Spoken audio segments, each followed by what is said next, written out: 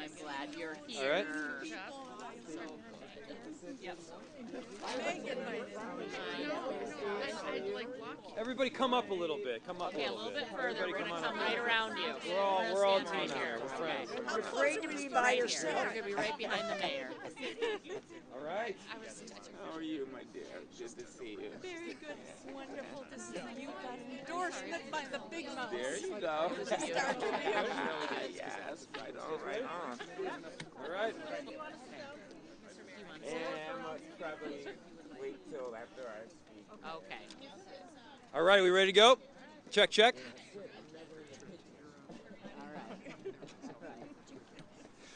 At long last, Minneapolis, a multi-decade, multi-generation dream for our city is coming true. This Kmart is coming down, and Nicollet is opening back up. All right. This is not the kind of thing that happens overnight. It happens because of the work of a whole lot of people doing their jobs and then passing the baton to the next generation to then do theirs. And here's the important thing. The way I'm a runner, and the way that you thank someone in a relay race is not by stopping and saying thank you. It's by taking that baton and running as fast as you can to complete a beautiful vision, and that's exactly what is taking place right now. You've had administrations from Mayor Sharon Sales Belton to Mayor R.T. Rybeck to Mayor Betsy Hodges to then myself that have been trying to get this thing down and pushing to ultimately make it happen. You have council members going back probably more than 20 years, council presidents and council members of this particular area that have been pushing for this Kmart to come down. And here's the thing. This decision to put this big Kmart up to shut off Nicollet, it ultimately happened back in 1978. And the whole idea was to breathe new life into this area. The whole concept was to have a business that people could use. And the interesting thing is now we're knocking it back down to do the same thing that they tried to do to begin with. And I don't think we all should spend time questioning what is now viewed as one of the worst urban planning decisions ever made. Because here's the thing. You make decisions at the time with the facts that you have before you. And I'm sure 25 years from now, there are decisions that we made that were brilliant, and there are decisions that we made that probably could use some additional thought. And so this moment, though, is really one we should celebrate. And I want everybody to just take a moment and picture not where we are now, not this massive surface parking lot with a Kmart that is not being used behind us.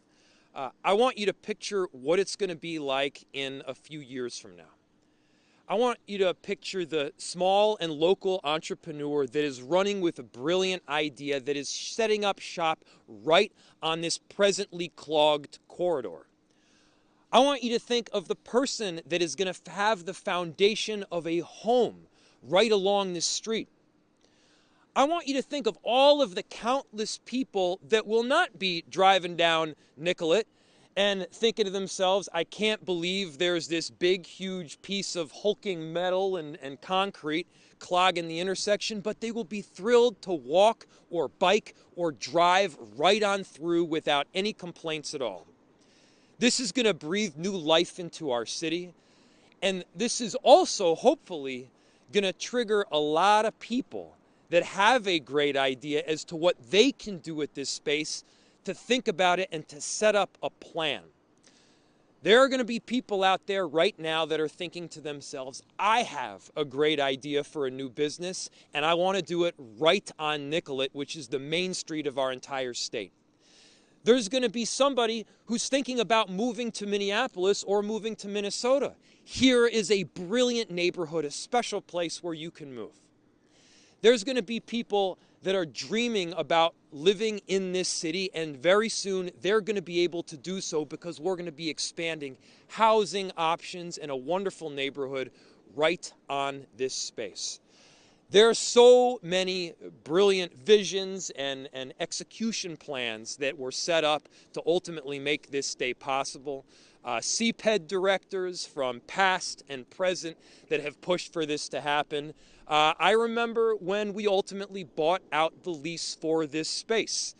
At the time, David Frank was the CPED director, and he made a big push along with several council members from the area to say, hey, you know what? This is worth investing in. This is worth having the rights so that we as Minneapolis residents can collectively dictate our future. And sure, it was expensive, but it was the right thing to do. And so thank you so much to everyone that has been part of this, past and present. This is not an effort just of one administration, one council member, one resident or staff. This is a collective effort that is right now resulting in something incredible. So I say to all of us, let's knock down this wall. Let's open this street up. Council President, what do you think? Let's knock down this wall. That's right, that's right. All the walls. If we could, I do want to call out all the other elected officials that are here with us. So presently, we are in the 10th ward, and that is Council Member Aisha Shugtai, who has been pushing hard for this for quite some time. I know that she's thrilled to be here, doing a heck of a job. We've got Council Member Sandy Colvinroy, who has done an amazing job for Ward 12. We've got Council Member Meg Tuthill as well, the former council member for Ward 10. We've got Council Member Lisa Goodman from the 7th Ward. She has been here through, I think, nearly the entire visioning plan for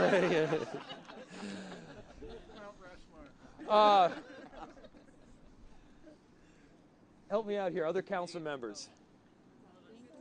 Okay, and we've got really so many amazing... Any former mayors? We've got, yeah, I'm just going to get to that in just a second. I was going to get to that in just a second. We have Mayor R.T. Rybeck here as well.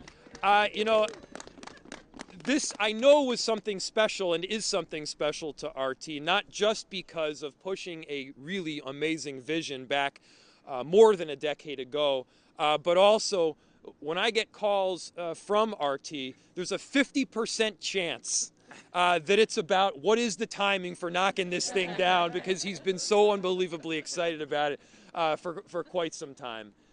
You know, I'm gonna do a few more thank yous as far as the incredible CPED directors and staff, Public Works directors and staff in just a few seconds. But right now, I want to turn it over to our amazing Council President, Andrea Jenkins. Give her a round of applause. Thank you, Mayor Fry, and thank you all for being here this morning as we get ready to knock down this wall. That's right. Hey.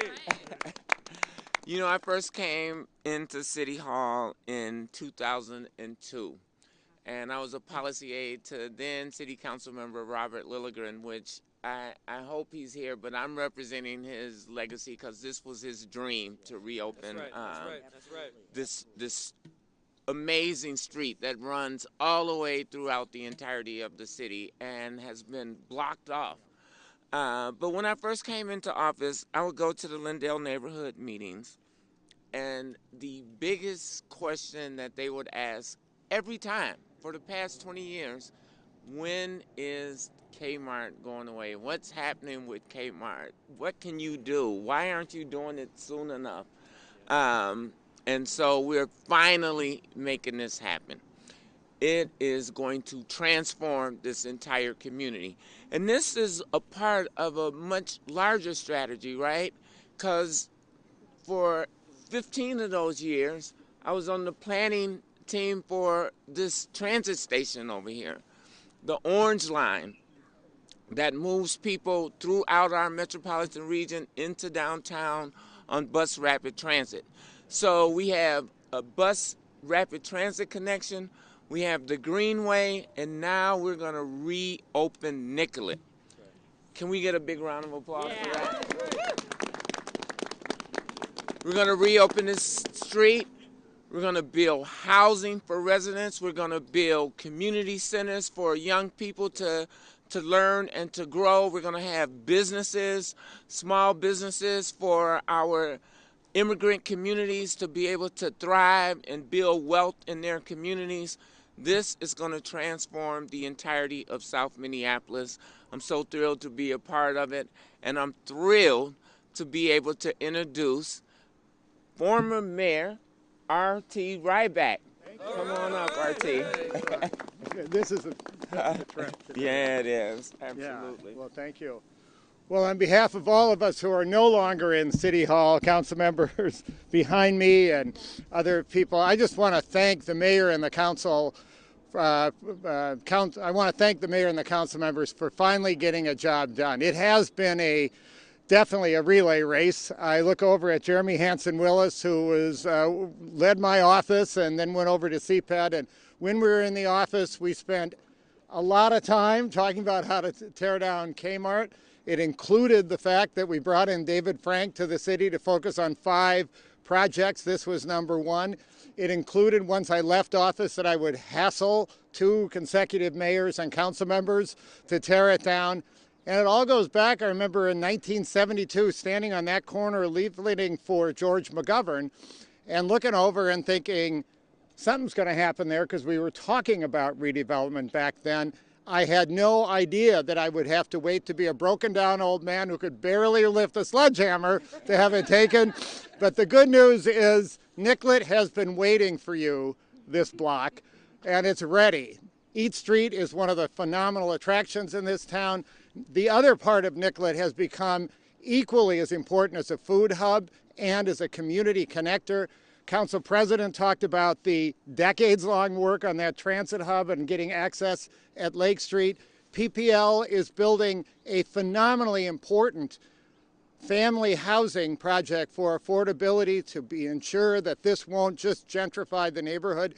We are ready. So on behalf of everyone who's been part of this, thank you so much. And I can't wait to get smashed on a Sunday morning. Let's go knock it down.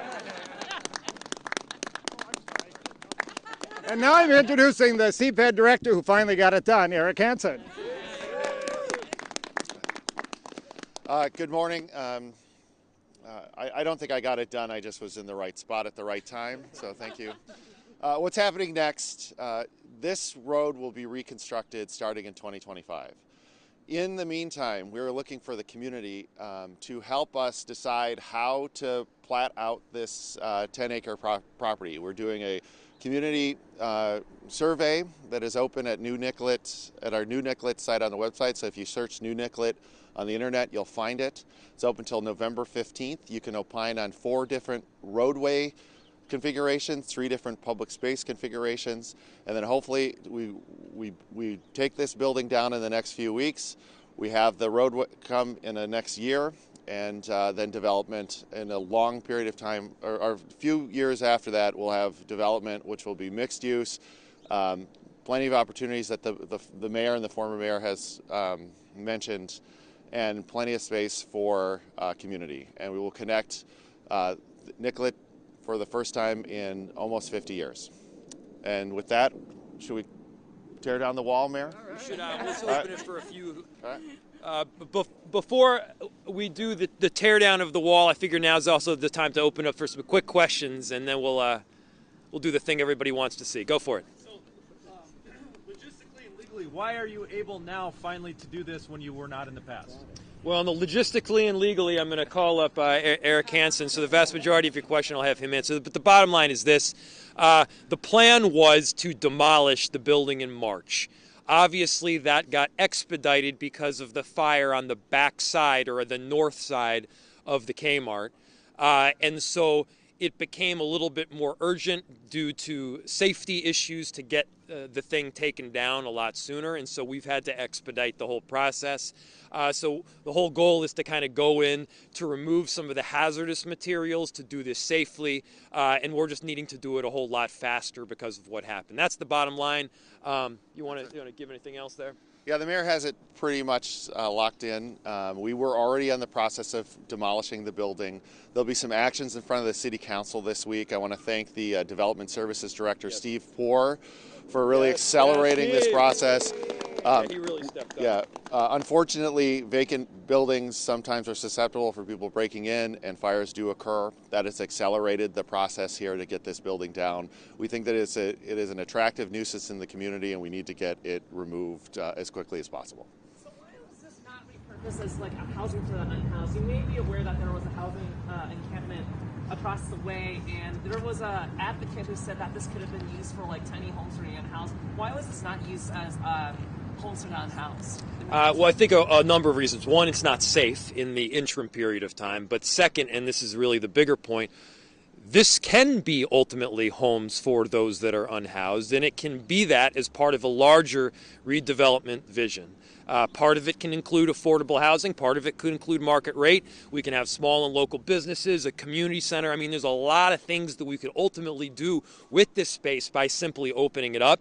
And we want to be able to breathe new life into it. I think some of the best ideas are going to happen in the immediacy following the demolition, because then people will be thinking about it and great ideas will be percolating. And so I don't think you're wrong to suggest that this can be deeply affordable housing and homes for people. I think that could be part of the big vision. Sledgehammers today. When did the bulldozers already involved? Very soon, but So a few actions in front of the City Council this week. We hope to mobilize the contractor the week of November 6th, and then you'll see a process. There's first some contaminants coming out of the building, and then you'll see the walls and the building itself come down, and then that'll be cleared, and then the foundation and a few other things will happen, be removed next spring. So in the next coming weeks, you'll see most of this building come down. I'm wondering if RT or any of the folks who've been around for that long can speak to what were the roadblocks. It sounds like this was wanted to be done for a long time. Did Kmart have like a really big lease or something like that? We didn't own it. This will take a village. We didn't own all the property. There were three owners here, Lisa? So yeah, there was an existing business that was operating on half of the site. There was an empty building on the other half of the site, and there were three different partners who had owned the site. The city was not amongst the three. So it took a good amount of time for us to be able to acquire piece after piece, and that requires incredible work by staff to come in and negotiate with people who have the upper hand. Kmart was a big stumbling block. It was their almost ultimate insolvency that made it easier, but David Frank certainly, who led the negotiations. Remember, it's hard to negotiate in public, and David Frank negotiated in public and was able to acquire both the building and the lease. Did I get that wrong? No, that's right. That's right. Good girl. Does that answer your question?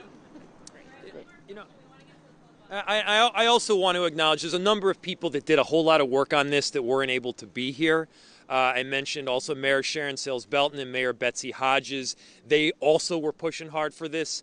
Also, council members, Council President Lisa Bender really wanted to get this done in Ward 10 and did a ton of great work to make it happen.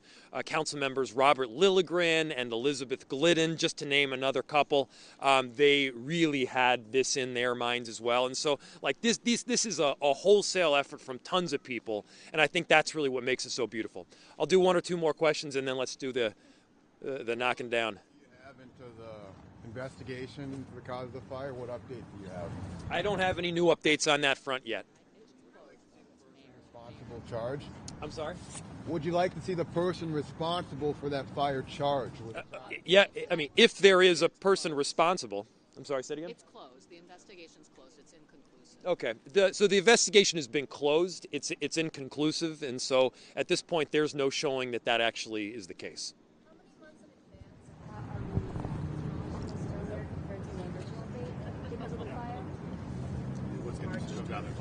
It was going to be demolished in March.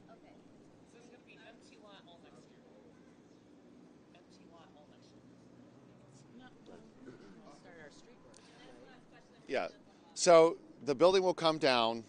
We will, continue to secure the site, and then we're working with our Public Works colleagues to get the road designed and built. So the design that'll start in 2025.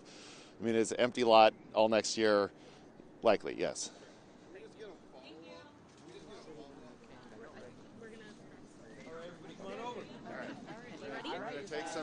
go over here. We're going to take them. Thank you.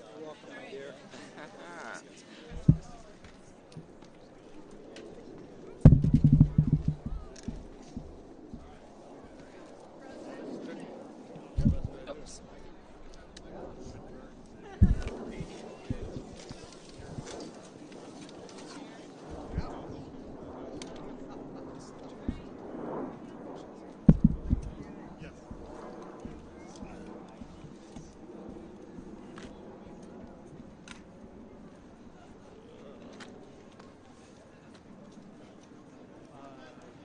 Is it like a whole long thing to apply? Is it? Yeah. Can we use some explosives for this? He brought his own. Yeah, it's planted up. He brings them everywhere just in case. I said we should announce we're actually changing course and keeping it. Just like that sort of anti-gentrification. Policy innovation. Turns out it wasn't a bad decision. Did you partake in the pumpkin contest yesterday? I was already with him. I didn't judge. I just kind of. I heard you did. I think I'm gonna go get the car. All right. I guess it'd be much longer. 10 minutes, something like that. All right. Sounds good. Great. Yeah. She got the sort of bottle. RT's holding that way that makes her very uncomfortable. Brett's gonna get nailed in the head. That's gonna fall on someone's toe. Well, the good thing there's a small child. Yeah, right. Who's wearing a protective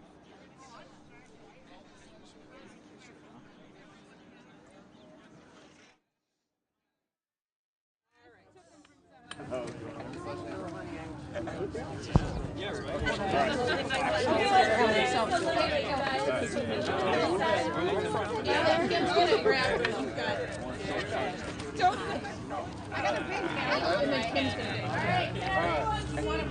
Yeah, where are we looking? To you, right? All right, 1, 2, 3. All right. All right, do we want to All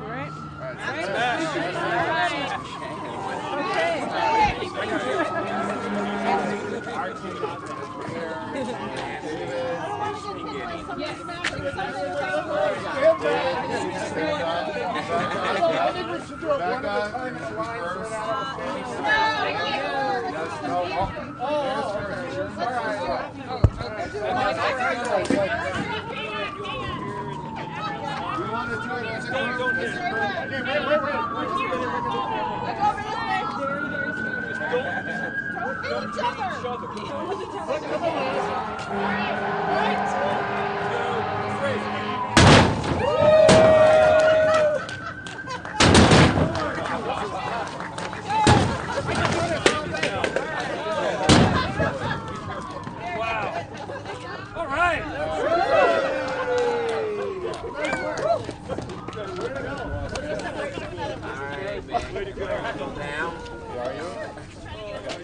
All right, who's next?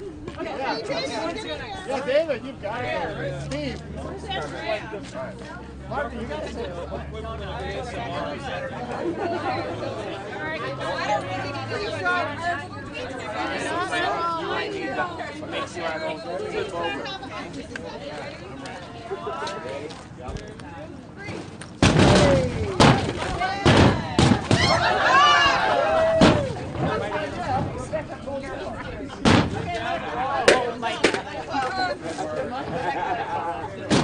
There we go.